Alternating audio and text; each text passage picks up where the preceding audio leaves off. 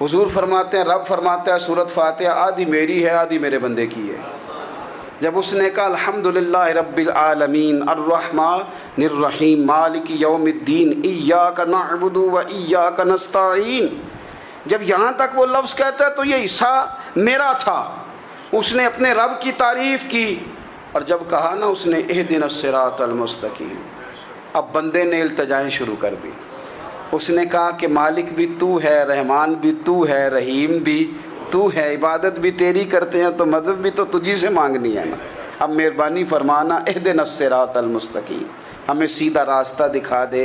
सिरातल लज़ीना अनअमत अलैहिम, उन लोगों का रास्ता दिखाना जिन पर तूने इनाम किया है।